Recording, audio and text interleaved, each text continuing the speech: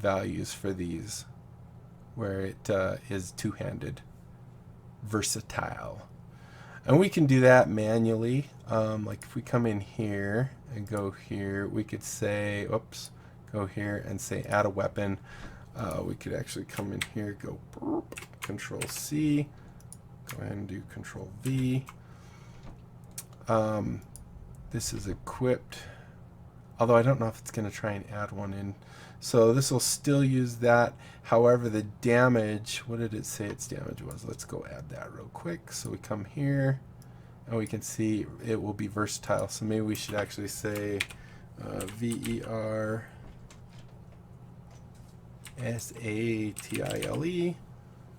like that.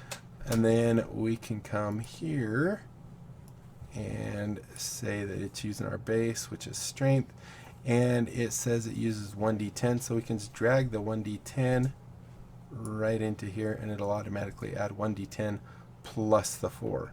And we want to say what type it is. It will also be slashing, so SLASHING. So there we go. Now we've just added, so we can also use this as a versatile weapon. We do the same with our longsword, since it also had the versatile, which is basically the same thing. But we can go in here, go add another weapon, go ahead and call it longsword, ding, like so. We will call it equipped, and then here we go here again, and we do 1d10. It didn't do it there. It did it right there though. I wonder if I do that again, if it will. Yeah, it did. And then this is slashing also. SLASHING. It's important that you put the type, because for example, if it's a magic one, you'd want to put common magic.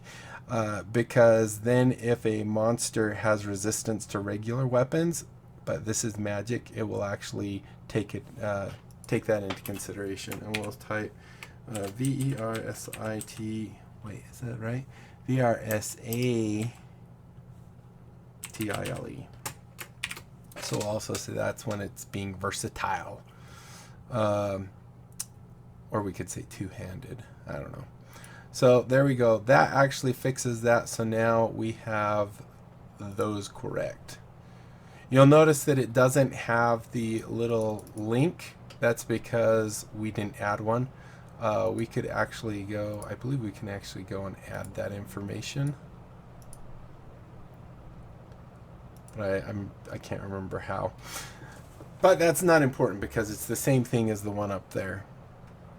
Although I am curious, did it add it in here? Longsword. It doesn't look like it did, so that's actually good because we don't want it to add another 4 pounds for another battle axe that we're not carrying on 3/4 sword.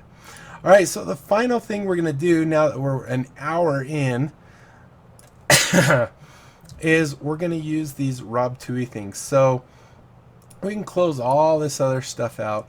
But some things we want to keep track of are things like our features. So we have this one, and I just did that wrong. Close that. Let's go ahead and do this. Why does it keep putting it up there? Hello? Can I move you? No. I just want to move you. Okay, hold on. Let's close this again. That's a wee bit of a glitch. Let's move it way down here. We'll show you who's boss. So we have the fighting style. If we do that, we got the military rank. Now, not all these things will actually have important things to them, but usually some of your traits might. So we'll definitely want to look at those. All right. Dwarven resilience. I think that might be one, for example. Stone cutting and tool proficiency. So now that we have these things, what we want to do is these can be added as powers. So we can come in here, and there's some powers I like to add. So we had, let's do this real quick before I forget. So we had 2 hand axes, and this is in thrown state. You'll notice that it says thrown. That means it's melee. That means it's ranged, but now it's thrown. So we have 2 hand axes, and you'll see that it actually gives us 2, and when we throw them, it will actually mark them off. If we throw them like this, you'll see it automatically marked it off, and we throw the second one, you'll see it marked off, and you'll see that it's saying, you know, I got a 9 on that one, 21 on that one. If I try and throw it a third time, you'll actually say attack while out of ammo. So even though it gives me the value, it does tell me that I'm out of ammo, so I would need to go pick those up. Once again, with my longbow, I have 20 arrows. It'll do the same thing. When you're done fighting and stuff, you can ask the GM, oh, can I pick up the arrows? Sometimes they'll say, yeah, you picked them all up. Or they might say, you know, you fired off 10 arrows, go ahead and roll a d10, and, you know, you picked up 8. So then you'd actually get a mark off 8, and you lost 2. They got broke or whatever. Once again, also, you know, being a 20, if you fired off, say, 15, this is when you can use the command die 1d15, and you'll see that, oh wow, I lost a lot. I only recovered 3 of the 15. So you can always do that as well. So the next thing we want to do is we want to pull up our spells, and we're going to look at some little things we can do here. So if we go first, oh, did I not load the that spells, race, feats, class? I loaded them. Is this just being goofy again?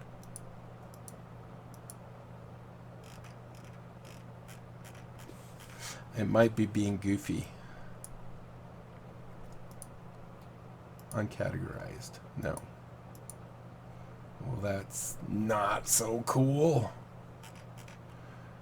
because it'll be kind of hard to find the ones we want. Maybe we could still do it by doing this. So let's do our feats first, our features. So if we can't search off of that side. Can I click on these and it pulls up? Oh, that worked. That works. We'll just do that. So that's traits, but we don't want traits. Let's go back to all real quick and we'll do features. So if we find that's trait, spells, features. Kind of goofy that it's not showing up. Once again, like I said, this is early access. There's going to be glitches. There's going to be issues here and there. But by the time this is no longer early access beta, it will all be fixed. So don't worry. Alright, so now that we have the features selected there, we could say that we are this is our fighter, so this is a class feature. So let's go ahead and say we are a fighter, and click on fighter. So basically any of these that we have that are also here, we want to apply. So for example, second wind.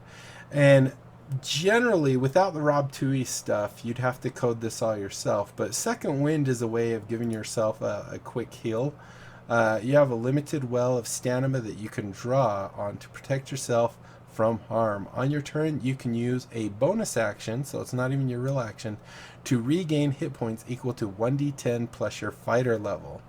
So this you could easily code yourself, but we actually already have it coded. So here you'll now see that there is a cantrip spell, and it does 1d10 plus 1 because it knows that it's my fighter level. That's why it says FTR.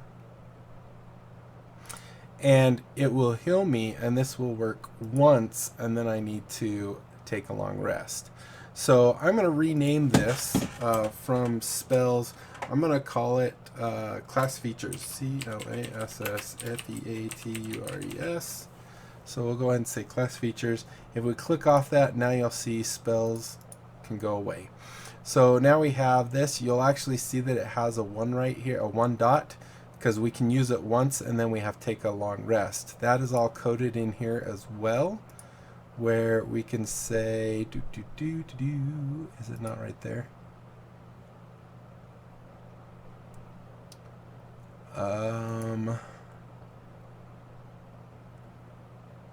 Where is the type HP target self? It's not that one. Actually, it's probably in the coding of this guy where you said it was a thing. Or, oh, I know where it actually is. It's actually in preparation mode. If we go into preparation, you'll see that it takes a rest. So if we go in here, this is where I wanted to go. No, this isn't. This is right here where it is. So you can see it rest. So your options here, this is how often it can recharge. This is how many uses. So we get one of these because second wind you get one. And then you can bounce between this. You have rest. You have once, which means you can use it once and then it's pretty much gone. You have daily where you can use it once daily, or you can do it rest. So I believe it has to be a long rest, right? Let's just check, make sure. A short or a long rest. So when you take a rest, whether it's short or long, this actually recharges. That's where that thing is there. So basically when I'm playing or whatever and he takes some damage, if the cleric can't get to him, he can actually do this and it will do 1d10 plus his fighter level, which is 1, which gives him the possibility of getting 11 back. Alright, so that's that feature. Military rank is based off of your background. There's really nothing other than it tells you you have a rank. You can make it up whatever you want. Fighting style is where you choose your fighting style. So we are doing archery, no. While you're wearing armor, you gain a +1 bonus to your AC. That could be good because it gives us a little more. Dueling, when you're wielding a melee weapon in one hand and no other weapon, you gain a +2 bonus to damage with that weapon. Great weapon fighting, when you roll a 1 or 2 on a damage die for an attack, you make with a melee weapon you're wielding with 2 hands. You can re-roll the die, must use the new roll. So when a creature you can see attacks a target another other than you within 5 feet of you, you can use your reaction to impose disadvantage on the attack roll. You must be wielding a shield. So we don't have that. 2-weapon fighting. When you engage in 2-weapon fighting, you can add your ability modifier to the damage of the second attack. That sounds pretty good. So I'm gonna grab this right here real quick. Alright. Hit Control C. Go ahead and lock that back up. And this isn't actually anything. This is something you will need to remember. But under fighting style here, I'm going to do a V and put our 2-weapon fighting right there. Like so. So now we have 2-weapon fighting. Our military rank, we could put parentheses and say, I don't know, what should we be? Let's be a CAPTAIN. We made it to captain. And then our second wind. Alright, so that is all of those. So we don't have any more features. So let's go back to all again since it won't let us do it the other way. And now it's even... Oh, this is because it's fighter. Go back to all... Whoops. Oh, actually that's what we want is race. So we do see tool proficiency. This is something we would just code into our skills like I was saying. Stone cunning is one thing that we would add. So let's go ahead and add stone cunning here. And this is a racial trait. So let's go ahead and minimize that. And we will call this a RACIA, racial TRAIT. I way misspelled that. Would you move? TRA. Is that an I? I can't tell. Can't even see what I type. I have terrible eyes. Traits. Let's see if that works. Racial traits. Perfect. So we have stone cutting. This is an effect that we can put on ourselves that means if we are doing a check for history, then we actually get a bonus. Just because it's a stone, it's related to stone. So we'd have to say, oh, I'm going to be doing a stone, as it says right here, whether you make it intelligent or history tech related to the origin of stonework, you're considered proficient in the history skill, and double your proficiency bonus to the check. So that's if you are already proficient, then you get to double it. If not, you get to temporarily add it as a proficiency. So that's the stone cunning. Dwarven resilience is the other one. This is you have advantage on saving throws against poison and resistance to poison damage. So we'll go ahead and drag that one down on top of the race traits so it doesn't have to create a new one. And there we go. So we have those two. The other thing we can do here just to clean these up is we already know we're a fighter. We don't need that. We already know we're a dwarf. We don't need that. That's just for the sorting of the spell. Alright, so there's that. Combat training, this has already been applied. You have proficiency in light and medium armor. You have proficiency with battle axe, hand axe, light, and warhammer. So we already got all those basically. So the only other thing I usually do here is add in some standard actions. So we can come in here, we can say add a power, and we'll call this standard actions, STANDARD actions, like so.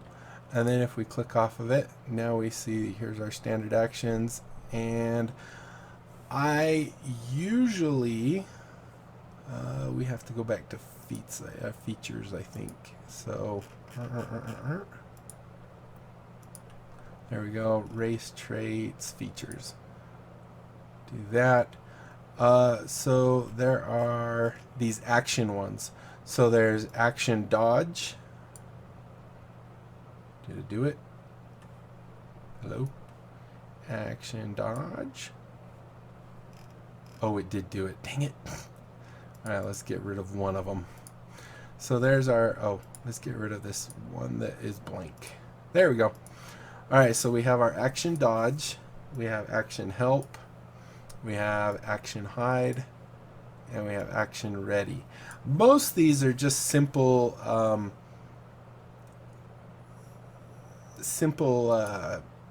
reminders. So we're going to get rid of, because we know these are all actions, we're going to go ahead and get rid of what it was using to sort them. And one delete. So, for example, if we look at these, like the ready action, basically is just saying ready. It doesn't actually do anything other than in the effect window in Combat Tracker, we'll say you're readying an action. Readying an action basically means you are preparing something with a trigger. So, for example, you would say, like, if you hear sounds outside a door and you say, I'm readying an action, I have my longbow drawn, it's aimed at the door, if anything hostile comes through the door, I'm firing. So then that's the end of your turn, but you readied that action. So if that trigger happens before the end of the round, your action gets to trigger, and you get you basically are holding your action for a different time. The other one I like to do here is consumables. So we'll do CONSUMABLES, and we'll go ahead and click off. So consumables are things like your torches, your water, your rations. And I like to kind of keep track of those, and we're going to do that real quick. So consumables, we're going to say healing potions, HEALIN, healing, POTION. So if we had a healing potion, a lot of times I will start my characters with at least one healing potion each, because I'm nice, and I'm going to go ahead and do that right here. This actually does not link in any shape, way, or form to your inventory, just so you know. Just like when I do the 20 arrows and I shoot them off, it's not removing the arrows from, where's our quiver, down here. And not only that, this probably should be changed to just arrows, and then 20, so I can keep track of how many I have. But they're not linked in any shape or form, so as I shoot arrows and those little dots go away, generally what I would do at the end of a session is then you would go update this with whatever your actions tab said. So let's go ahead, we're going to add a healing potion real quick. H-E-A-L, and potion of healing, perfect. Bing! And you'll see it right there. We're going to go ahead and put this in our backpack. B-A-C-K and tab. I don't know if tab works or if you just have to click off of it or something. Potion of healing, backpack. Oh good, it worked. See, we can get the 0.5 there. We couldn't get it in the other one. Alright, so for example with healing potion, what I can do now is I can right click here, I can say add an action to it, and I can say add a healing. And then if I come here, click on this magnifying glass to add the actual healing information, I can click plus. I know that healing potions, the default one does 2d4 plus 2. So we'll do 2d4 plus 2. And that is that. So now we can click that off, we can close that. And now you can see it says 2d4 plus 2. The other thing we can do is if we close this and close this, you'll see that it has a blank little eye thing here. So what we can do is we can actually go click on our other healing potion and just copy the information over so we have a quick reference to it.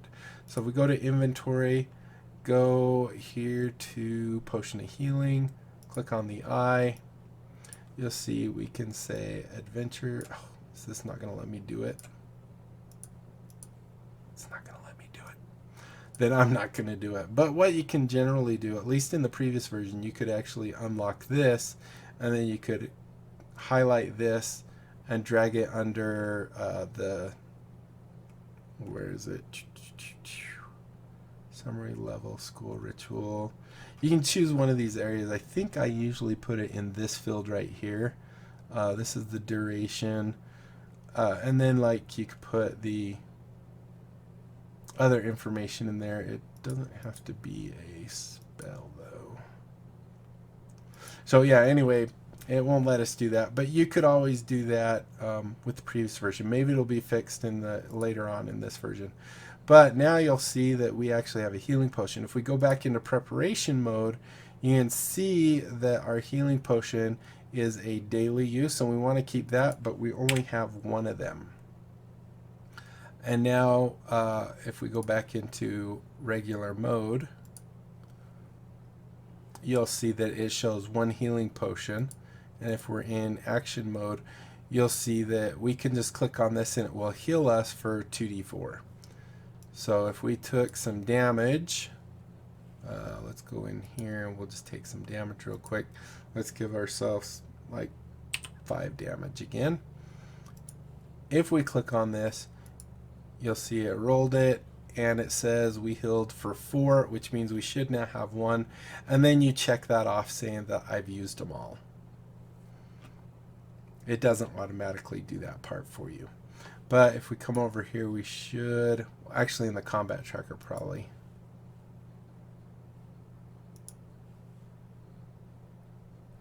Oh, we don't have ourselves selected. Yeah, that's why. Let's try this again. So click on us. So now we're targeting ourselves. As you can see, target is Dutheon. And then, maybe, let's see if it'll actually do the dot now. Oh, that was our second win. Darn it, didn't want to do that one. So you see, we healed for 2. Then we could always drink our little healing potion. And let's see if this will work with the thing. So we'd need to mark that, oh, we did that one. And we mark that we did that one. And you'll actually see in the combat tracker, we're all healed up because it actually knew to heal us because we were our own target. Let's see, control click. There we go. Now we're not targeted anymore. When we rest or when we go, this would fix up on a rest. This would reset when you buy a new one. All right, so let's go add those other things. If we come here, now we can go under consumables, we can hit plus. This is kind of a weird thing that you have to keep clicking on this twice because it seems to forget you were in that mode.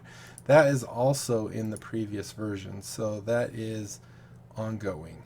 So here we would say we have TORCHES, there was 10 of those. We have RATIONS, there was 10 of those. And there's one water, but WATERSKIN.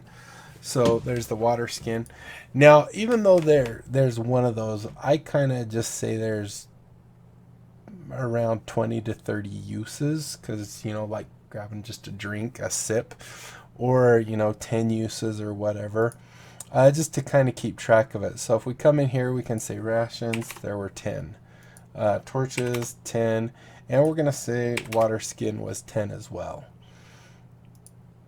And these are simply just markers. They have no real bearing on the game in any shape, way, or form.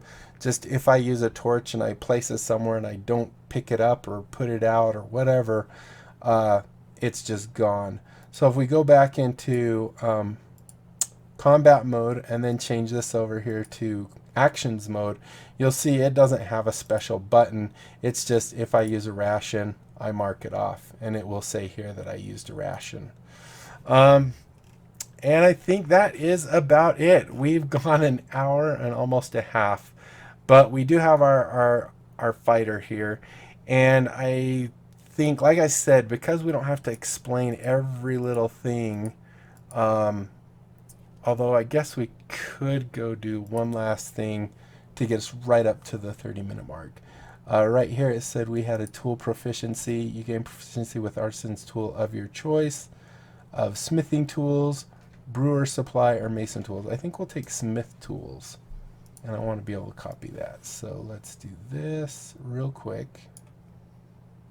And we can't right click and say copy. And then if we come into skills, we can say edit list, and up here we can add one. Drag this down so we have more space. And right here is the one that we added. We say V, and I want to make it uppercase to make it all pretty. And then we can say we have, well, let's click off of it so it sorts. And then we can say we have proficiency in it. And I would say maybe we'd use intelligence for smithing tools, how to use them properly. So there you go. Now we have a +2. We must have had 0 in intelligence. But if we roll now on smith tools, you'll actually see that it says I rolled smith tools right there with proficiency using the intelligence modifier. We also should technically check that with stealth, does it automatically do the disadvantage? Oh, it does, because it knows. So you'll notice when we do stealth checks, it automatically knows that we're at disadvantage because of our chainmail. So we always have to take the lower of the two. I think that is everything. If you guys happen to have any questions, feel free to ask. But I think as far as that goes, that's everything we need for our warrior dude, our fighter. And like I said, I'm not sure why the language selection doesn't show that, and it's not showing it there. That could just be one of the undocumented features of Fantasy Grounds Unity, which once again is still in beta and early access. So there's going to be bugs, there's going to be crashes, freezing, performance issues, and everything else. But they will all be taken care of before the actual release. So thank you guys so much for watching. Hope you enjoyed. This one was definitely a long one, but I think it was good. Hopefully you did too. I'll probably split it maybe into 2 parts. I don't know. Maybe 3 parts. I could split it into 3 parts. And then we'll create our other 2 characters, and then we'll actually do an adventure at some point. So, like I said, thank you so much for watching. I do hope you enjoyed. If you did, be sure to leave a thumbs up down below. Aside from that, comment, like, and subscribe. Follow me on Twitter. Check out my Discord and my other channels. And don't forget about my great big game giveaway. When I hit 1,000 subs, I'm giving away 57 Steam games. That averages out to be 1 out of every 20 subs. Every 20 subs will get a game. And that's pretty good odds. So be sure to tell everyone you know about my channel. Have them check it out. If they like it, they can sub, and we'll be one step closer to that giveaway. That's it. Until next time, I'll be seeing you later. Bye.